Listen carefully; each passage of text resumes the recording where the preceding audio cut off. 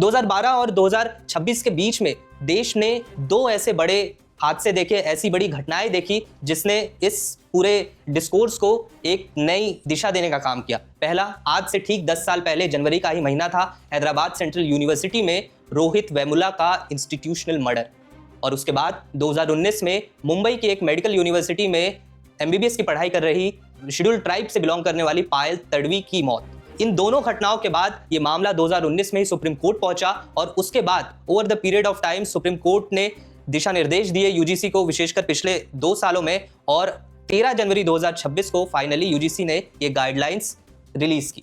First thing first, क्या बदला है 2012 और 2026 में? 2012 की जो गाइडलाइंस थी वो एडवाइजरी थी, लेकिन 2026 की जो यूजीसी ने गाइडलाइन दी है वो मैंडेटरी गाइडलाइंस है, वो लीगली इन्फोर्सेबल गाइडलाइंस है। इसके अलावा 2012 की जो गाइडलाइंस थी उसमें फोकस केवल एससी और एसटी स्टूडेंट्स पर था, लेकिन 2026 की जो गाइडलाइन है वो explicit inclusion of OBCs alongside SC, ST, EWS, women और पीडब्ल्यूडी। तो इस तरीके से हम देखते हैं कि एक जो दायरा है यूजीसी ने 2026 में वो बढ़ा दिया है। जो पहले 2012 में केवल एससी और एसटीज तक ही सीमित था, वो 2026 में बढ़कर के उसमें ओबीसी भी इंक्लूड हुए हैं, ईडब्ल्यूएस भी इंक्लूड हुए हैं, महिलाएं भी इंक्लूड हुई है और पर्सन विद डिसेबिलिटीज भी इंक्लूड किए गए हैं। इसके अलावा जो तीसरा सबसे बड़ा अंतर था वो इंक्लूसिव रिप्रेजेंटेशन और ग्रीवांस बॉडी बनाई गई है। जो 2012 की गाइडलाइंस थी उसमें केवल एंटी डिस्क्रिमिनेशन ऑफिसर हुआ करता था और एक इक्वल अपॉर्चुनिटी सेल थी, लेकिन 2026 के जो गाइडलाइन है उसमें equal opportunity centre and a multi member equity committee, एक पूरा स्ट्रक्चर यूजीसी ने हायर एजुकेशनल इंस्टीट्यूट्स को खड़ा करने के लिए कहा है, डिस्क्रिमिनेशन के खिलाफ